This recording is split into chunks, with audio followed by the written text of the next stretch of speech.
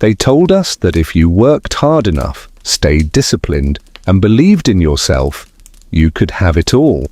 The house with the white picket fence, the shiny car in the driveway, the college diploma framed on the wall, and maybe a little savings to retire peacefully one day. That was the promise, the American dream. But what if that dream was never truly real?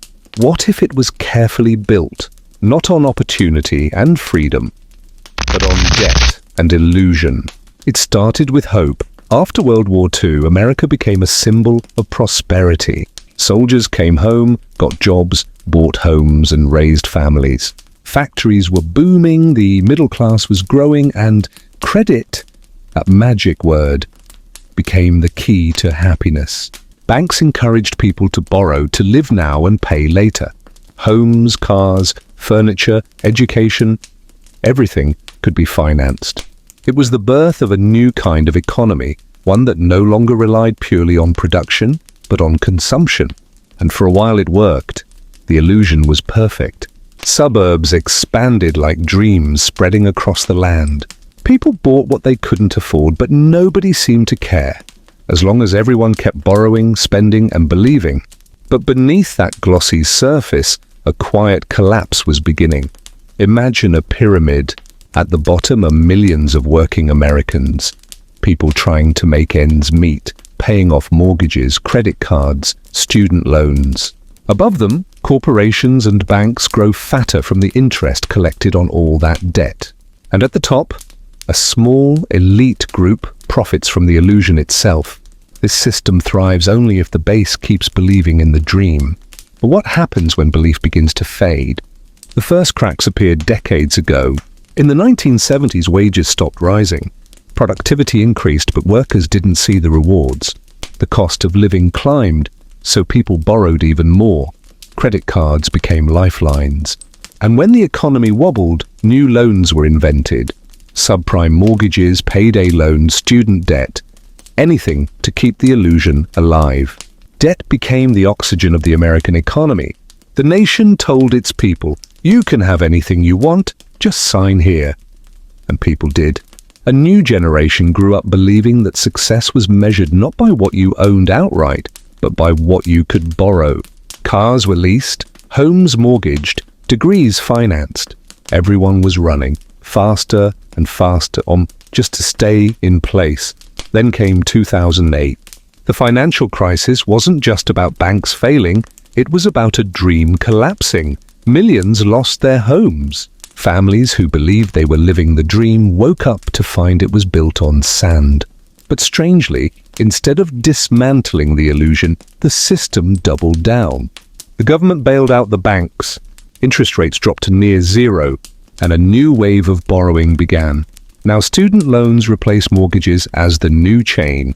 The younger generation, raised on hope, found themselves buried in debt before their lives had even begun. They were told education was the key to the future. But the key came with a lock they couldn't afford to open. Let's look closer at this illusion. The American dream says, work hard and you'll make it. But in reality, hard work alone is no longer enough. Housing prices outpace wages, healthcare costs are crushing. Education is becoming a luxury.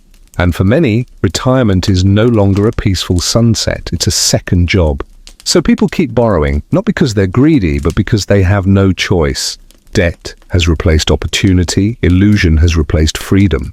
And yet, the narrative continues.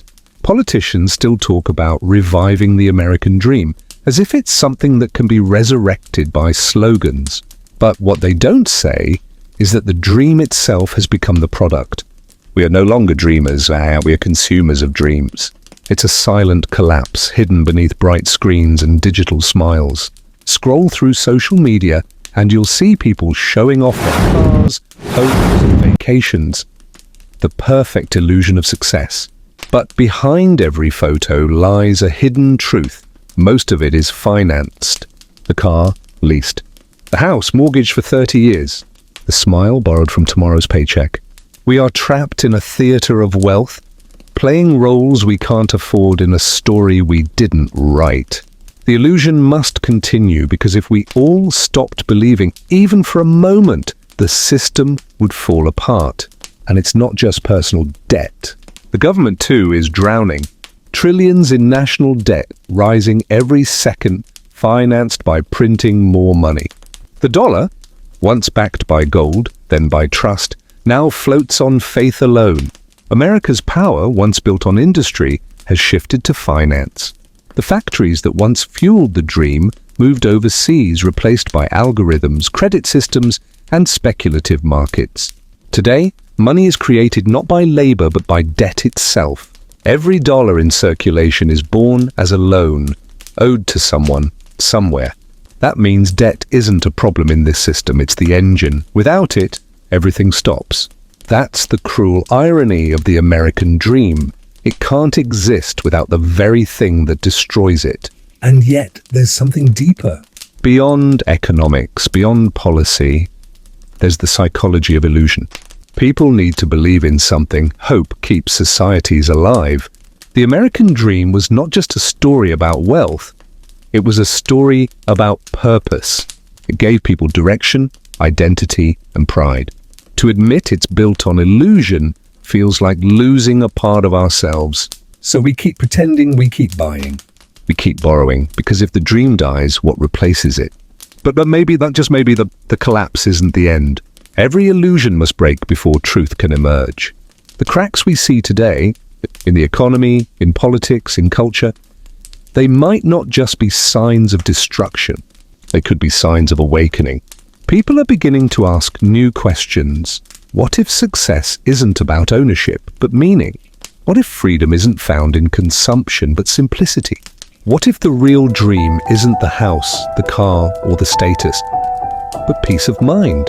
The collapse of illusion can also be the birth of clarity. So here we stand, in the ruins of the myth, surrounded by advertisements and debt statements, trying to remember what the dream really meant. It wasn't supposed to be about endless growth or credit cards or billionaires in space.